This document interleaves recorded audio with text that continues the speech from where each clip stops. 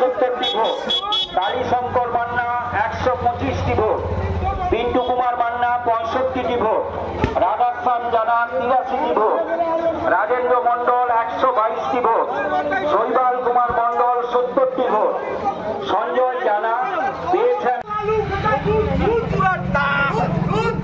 BJP কোথায় ছিল? রাস্তায়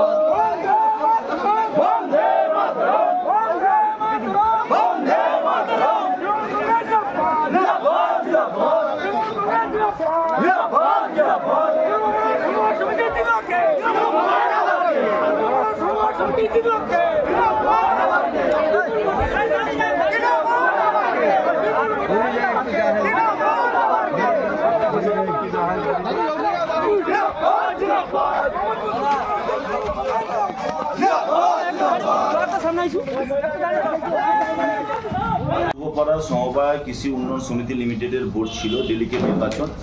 আমাদের এই সমবায় সমিতিটি মূলত পূর্ব মেদিনীপুর জেলার মধ্যে দ্বিতীয় বৃহত্তম সমবায় সমিতি। আজকে সেখানে ডেলিগেট নির্বাচন ছিল। মোট 51 জন ডেলিগেট আমাদের দলের হয়ে কম্পিটিশন করেছিল। তার মধ্যে আমরা প্রায় 44টা সিট জিতেছি, 7টা বিরোধীরা জিতেছে, রামবামের জোট। তো যদিও 12 জন আমাদের এখান থেকে বোর্ড অফ ডাইরেক্টর নির্বাচিত হবে, 12ই আমাদের বোর্ড অফ ডাইরেক্টর নির্বাচন হবে। আনুমানিক 1200-র মতো ভোটার ছিল, প্রায় 90% ভোট ফুল হয়েছিল।